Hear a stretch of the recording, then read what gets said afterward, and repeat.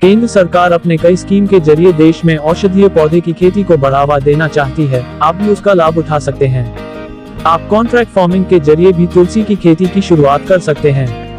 आपको तुलसी की खेती के लिए महज 15,000 रुपए खर्च करने की जरूरत है। बुआई के 3 महीने बाद ही तुलसी की फसल औसतन 3 लाख रुपए में बिक जाती है। आयुर्वेदिक दवा मार्केट में मौजूद झंडू, डाबर, वैद्यनाथ, पतंजलि आदि तुलसी की कॉन्ट्रैक्ट पर भी खेती करा रही है। केंद्र सरकार इस समय देश भर में औषधीय पौधों की खेती को बढ़ावा दे रही है। भारत सरकार के आयुष मंत्रालय ने अगले साल तक 75 लाख घरों में औषधीय पौधों को पहुंचाने का लक्ष्य रखा है। तुलसी भी उन्हीं पौधों में से एक है। 1 एकड़ खेत में तुलसी की खेती करने के लिए अलग से 600 ग्राम बीज डालकर पौध तैयार की जाती है। तुलसी की पौध तैयार करने का सही समय अप्रैल का पहला सप्ताह है। करीब 15 से 20 दिन में तुलसी की पौध तैयार हो जाती है। मानसूनी तुलसी की पौध जून जुलाई में तैयार की जाती है। तुलसी की पौध तैयार होने के बाद नर्सरी से निकालकर खेत में लाइन में रोप दी जाती है।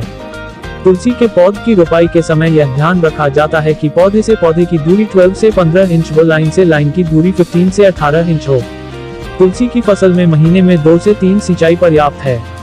तुलसी की फसल में कोई बीमारी नहीं लगती, न ही किसी कीड़े का प्रकोप होता है।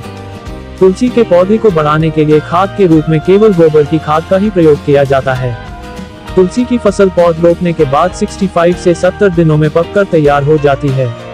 इसके बाद तुलसी के पौधे को काटकर सुखा लिया जाता है। जब तुलसी की पत्तियां सूख जाती हैं तो इन्हें इकट्ठा कर लिया जाता है।